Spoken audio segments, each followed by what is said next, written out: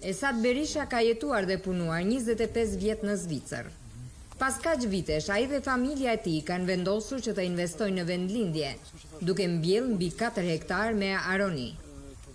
Tu e pa aronia që është një frut Kosovë i rrallë, edhe tu e studiu ma fell që është një frut shumë fitimprurës, mendoj për shëndetin, edhe ma jetë gjatë, edhe bim që thuhet që përdoret ma tepër në medicinë edhe ma e lehtë për kultivim. Për ato kom gjatë aronin edhe mendoj që jo vetëm këto që kam fillu, po do të zgjonom edhe pak ma tepër. Tani kjo bim medicinale është në vitin e 3 të prodhimit, ndërsa duket se këtë vit pret rendiment të kënaqshëm. Tregun akoma nuk e ka të sigurt, por Berisha ka shpresë se shumë shpejt aronin e prodhuar në Kosovë ta eksportojë në vendet e Bashkimit Evropian. Nuk kemi kur sigurt, vetë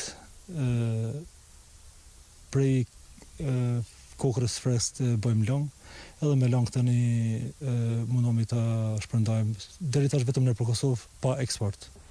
Ka 3 vite që në plantacionet e kësaj kulture punon me shumë pasion Rasim Hoti nga Ratkoci i Rahovecit.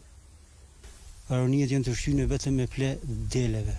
S'ka domon kemikale, as kem ple kimik. Ujë na bjen këtu diku në afër, kem ujin e qytetit, po zguxojmë vërtet me to se nuk del bio, fruti nuk del bio. Drejtori i bujqësisë në komunën e Prizrenit thotë se po punojnë që investitorëve të tillë t'i ofrojnë kushte të mira për punë. Konkretisht ne së shpejti do të kontaktojmë me autoritetet e KEC-it në mënyrë që energjia elektrike të mos jetë ndonjë problem në zhvillimin e veprimtarisë së tij bujqësore. Do të bashkëbisedojmë në mënyrë që edhe infrastruktura, do të thotë rruga, uji e kështu me radhë, të cilat janë jetike për zhvillimin e një veprimtarie, të zgjidhen sa më shpejt që është e mundur. Tani për tani vjelja aronis po bëhet me dorë, ku janë të punësuar 25 punëtor sezonal, por sipas Berishës, në ditët e sotme për shkak të migrimit dhe kontraktimi i fuqisë punëtore është sfidë më vete.